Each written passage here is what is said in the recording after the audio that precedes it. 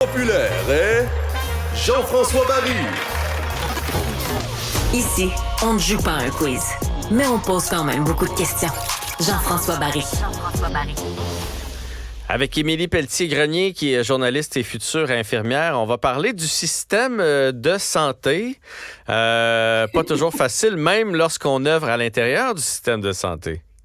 Exactement. En fait, il m'est arrivé comme une genre de saga. Rien de choquant, mais quelque chose qui, selon moi, est représentatif de l'absurdité du système de santé quand vient le temps d'essayer de trouver un rendez-vous avec un médecin. Et là, depuis que je travaille comme officiellement dans le système de santé, je sens que je deviens tranquillement, pas vite, une personne ressource pour les gens autour de moi. Et il y a des gens qui me demandent des conseils sur leur santé, puis en toute honnêteté, je réponds au meilleur de mes connaissances en disant toujours, en étant toujours un peu frileuse, en disant que je suis pas encore infirmière. Tu sais, j'ai des connaissances, mais elles sont parcellaires. Puis nos enseignantes nous disent à répétition à l'école, vous allez voir, quand vous allez être officiellement infirmière, infirmier, vous allez voir, vous devenez officiellement une personne ressource, puis tout le monde va vous poser une tonne de questions en lien avec la santé personnelle, mais juste le système de santé en général. Puis je commence à sentir que c'est vrai.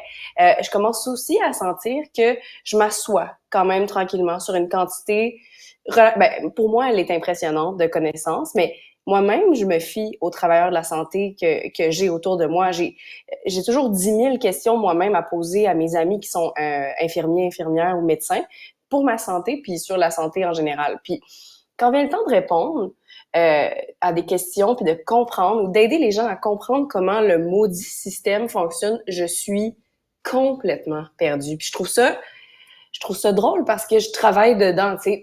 Puis il y a souvent des gens qui me demandent comment faire pour prendre un rendez-vous. J'appelle qui? J'appelle-tu 811? C'est quel site que j'entre sur Internet? Puis la vérité, c'est que je ne le sais pas. Et la preuve, je suis malade comme un chien depuis plus qu'un mois, là, tu sais, un mois et demi. Ça fait longtemps, c'est ça que je m'en allais dire, ça passe pas. Ça ne passe pas. Et moi-même, tu sais, j'essaie de comprendre ce qui se passe. Et dans les faits, pour une millionième fois, j'ai attrapé un virus respiratoire. Rien de bien complexe, là. Tu sais, ça pourrait être, mettons, un rhume ou le fameux VRS, dont tu as peut-être déjà entendu parler, le virus respiratoire syncytial, qui est vraiment virulent cette année. Ça pourrait être une bronchite virale, qui sait. Évidemment, là, plus les jours avancent, plus on a une idée claire de ce que c'est, parce qu'en fonction des symptômes, on arrive un peu mieux à mettre le doigt dessus, mais malheureusement, il n'existe pas de test rapide comme celui qu'on a pour la COVID pour essayer de savoir c'est quoi le virus respiratoire que j'ai. Puis, d'ailleurs, je trouve que ce serait le fun d'avoir un outil comme ça parce que, ne serait-ce que pour les gens qui ont du mal à faire la différence entre, mettons, une grippe et un rhume, alors que ce serait bien d'avoir juste un petit test rapide qu'on peut faire sur le pouce puis dire OK, ben j'ai officiellement un rhume ou une grippe parce que ben c'est pas la même chose, tu sais, tout Parce simplement. qu'on sait, un rhume, t'auras beau aller à l'hôpital, ils vont rien faire pour ça, là. Il y a rien à faire. Une Rien à grippe, faire. peut-être que oui, puis même ça, peut-être que non. Donc, effectivement, si on avait un test pour nous dire si c'est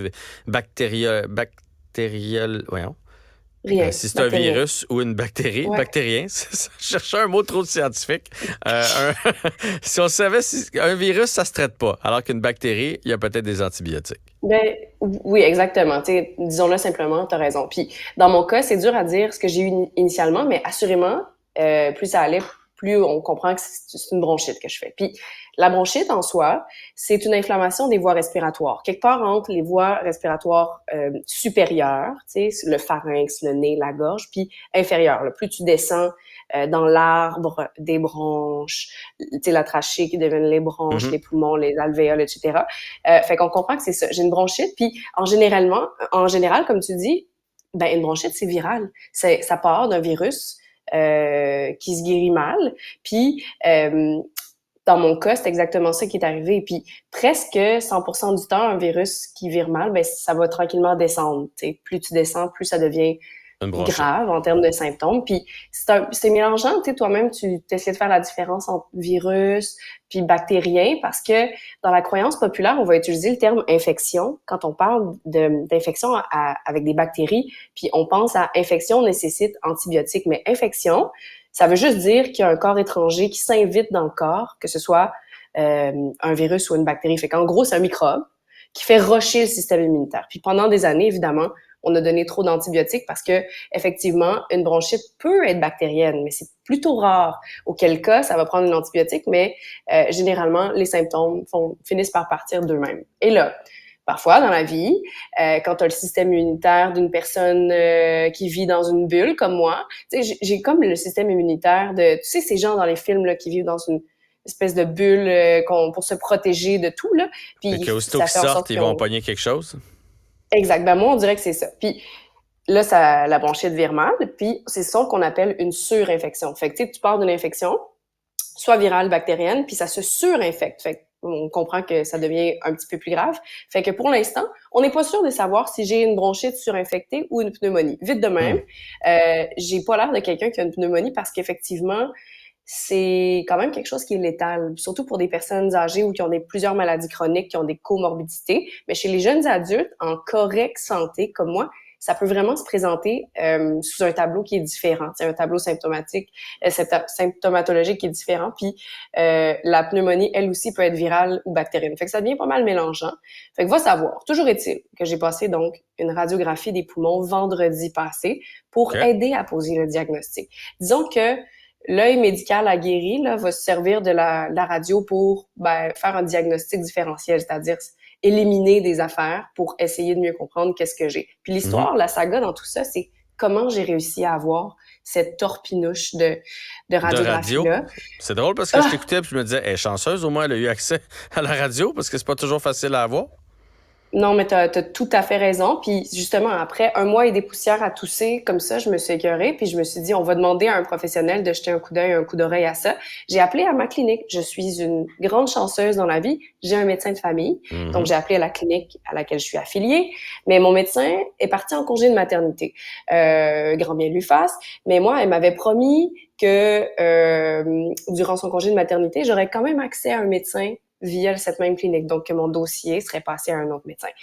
Or, quand j'ai appelé, on m'a gentiment dit « Non, c'est pas possible. Tu vas pouvoir voir l'infirmière qui travaille avec ton médecin peut-être au mois d'août. » Ben c'est plate parce que les amis, moi, c'est en ce moment que je suis malade. Fait que j'ai gentiment insisté, tu sais, très poliment, puis ça a pas marché. Fait que j'ai fait ce qu'on fait tous. J'ai demandé conseil à mes amis médecins, à mes amis infirmières, puis on m'a dit de visiter le site rvsq.gouv.qc.ca. C'est un trou noir. Il y a rien qui se passe là. Il faut prendre. Je suis en train de le prendre en note. Moi, je pensais que tu venais de me donner une super adresse. Mais finalement, donc, OK. Si t'es un patient orphelin, ça peut valoir la peine. Donc, un patient orphelin, si tu n'es pas de associé médecin à un médecin de famille, ouais, ça peut valoir la peine. Mais c'est quand même un trou noir du web où il faut prendre quand même, on finit par t'envoyer à une clinique à relative proximité de ton domicile où tu dois prendre un rendez-vous par téléphone à des heures qui sont approximatives. Je trouve que c'est un peu comme l'équivalent d'essayer d'avoir un camp de jour pour un enfant, là. Tu sais, quand il faut que tu appelles la ville au téléphone, puis que c'est un cauchemar, ben ça m'a évoqué ça. Puis après 1 heure à tourner en rond sur ce site-là, toujours me faire renvoyer à la page d'accueil, je me suis fâchée, j'ai dit, OK, demain, je travaille à l'urgence. Qu'est-ce qu'on va faire? On va rester au travail après l'urgence, puis on va aller au triage.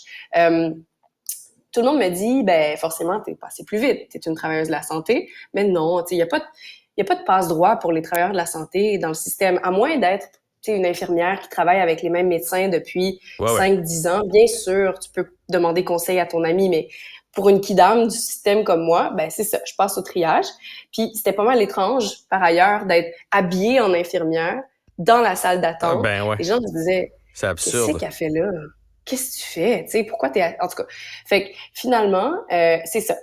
Mes collègues m'avaient conseillé ça, puis j'ai appris quelque chose qui est quand même une bonne nouvelle pour le public, c'est que quand tu te présentes au triage de l'urgence, les infirmières du triage ont la possibilité de te réorienter.